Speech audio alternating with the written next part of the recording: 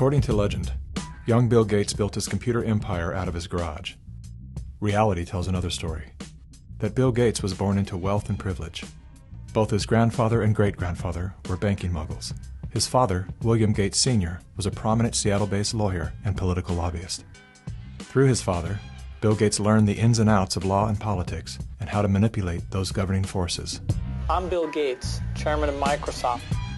Bill Gates dropped out of college to start Microsoft.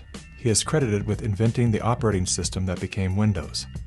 However, he played no part in the invention of Windows.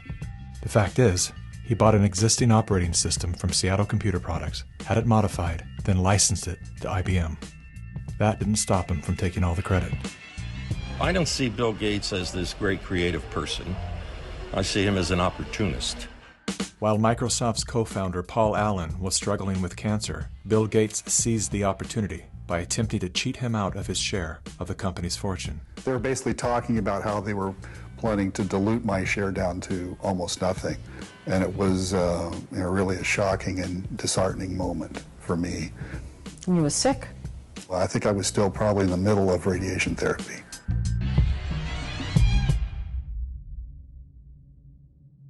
Gates' business strategies came under fire in 1998 when the United States Department of Justice sued Microsoft for antitrust violations. This is tape 3 of the videotape deposition of Bill Gates on September. During the 18-month trial, Gates gave hours of videotape testimony. What were the non-Microsoft browsers that you were concerned about in January of 1996? That month. Yes, sir. And what about it? What non-Microsoft browsers were you concerned about in January of 1996? I don't know, what do you mean concerned? What is it about the word concern that you don't understand?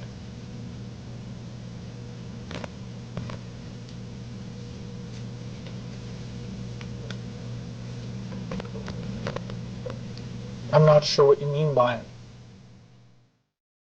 The Justice Department has charged Microsoft with engaging in anti-competitive and exclusionary practices designed to maintain its monopoly in personal computer operating systems.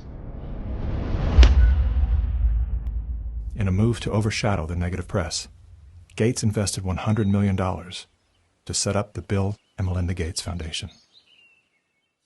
Overnight, Bill Gates transformed his public image from ruthless tech monopolizer to the world's most generous philanthropist. I'm pleased to announce that we're pledging an additional $1 billion to We had the chance to witness Bill Gates 2.0, the man you don't know. The rebranding campaign paid off.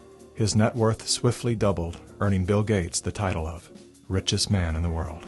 You've invested $10 billion in vaccinations over the last 2 decades, and you figured out the return on investment for that, and it kind of stunned me. Can you walk us through the math?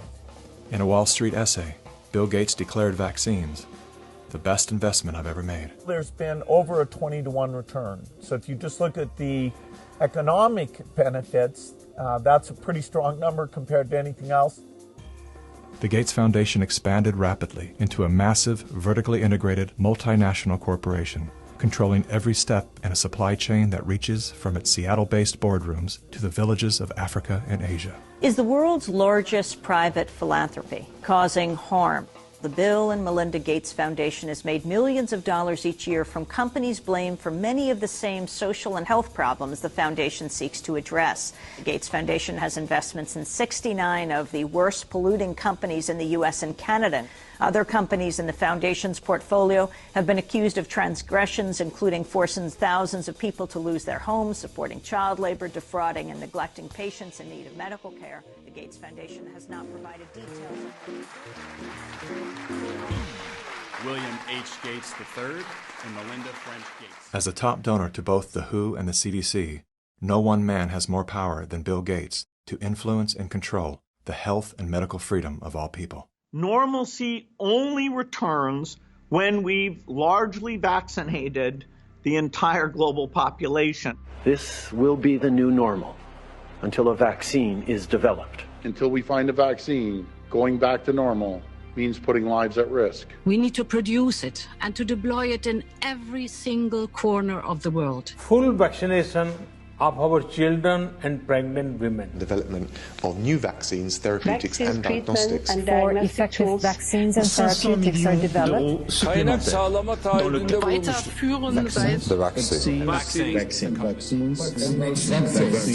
We've already bought the syringes. We already know where it's going to happen. We're thinking about what that's going to be. It's all part of this plan. Our military is now being mobilized, so at the end of the year, we're going to be able to give it to a lot of people very, very rapidly.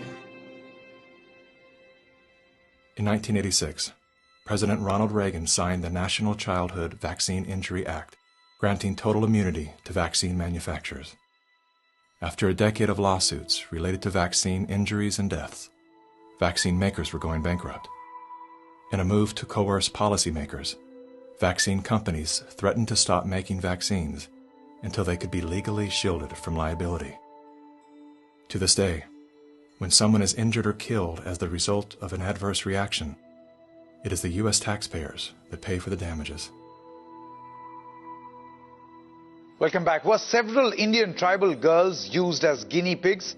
The report alleges that 2 American pharma giants' untested vaccine was administered to thousands of tribal girls without proper study and paperwork. India was among the hardest hit after Bollywood celebrities were incentivized by the Gates Foundation to urge the public to submit to mass vaccinations. In 2009, tribal children were administered the HPV vaccine. Over 24,000 girls were told they were being given wellness shots, in many cases without the informed consent of a parent or a guardian. The people that were administering these vaccines lied to the guardians of these girls and told the girls, oh, this is going to cure cancer, you're never going to have cancer. And these girls became severely injured. Some of them developed seizures, some of them developed cancer, and 7 girls died. And there was no insurance, there was no assistance for them. And the Gates Foundation denied that it had been clinical trials. And it was so bad that the parliament in India created a task force, they studied it, and they kicked out the Gates Foundation. But India is a barbaric country. Things happen here in a very barbaric way. But I was surprised to find an American organization operating in broad daylight, doing things in a very, very, let's say, Indian fashion. And so the route I took was that I want the whole procedure to be investigated. The Indian Parliament formed a committee, and it was to me a rather surprising move because you generally don't often have such a high-level inquiry into matters affecting poor people. And that was such an extraordinary report. I don't think Indian Parliament has ever come out with such a scathing report. And the government officials came up and said, we shouldn't have authorized this. We're sorry. We're not going to allow them again. And now they're back doing their same old tricks again.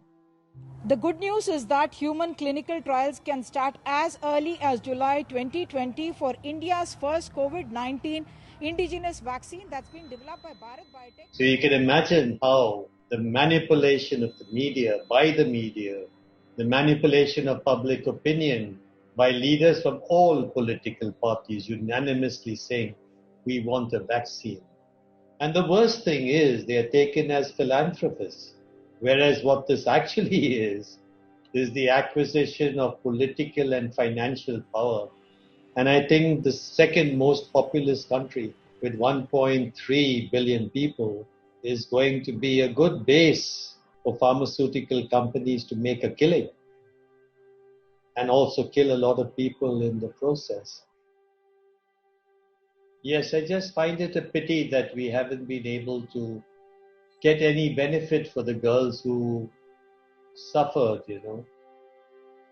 It's so terrifying as to what they're actually doing with the world. In life, you say that climate change will be many times or could be many times more deadly than the COVID-19 pandemic. Make that connection for us. How much worse could it be? Yeah, so the deaths will just go up over time as you get more heat waves, forest fires, and most importantly, the inability to go outdoors and do farming anywhere near the equator. And so it'll get worse and worse. The temperature rise is based on the total cumulative amount of CO2 we put in the atmosphere. And so certainly by the end of the century, you'll have permanent die-offs of all these coral ecosystems. No beach you ever went to will be around. And sadly, there won't be a simple solution like, hey, let's get a vaccine and we can get ourselves out of this thing.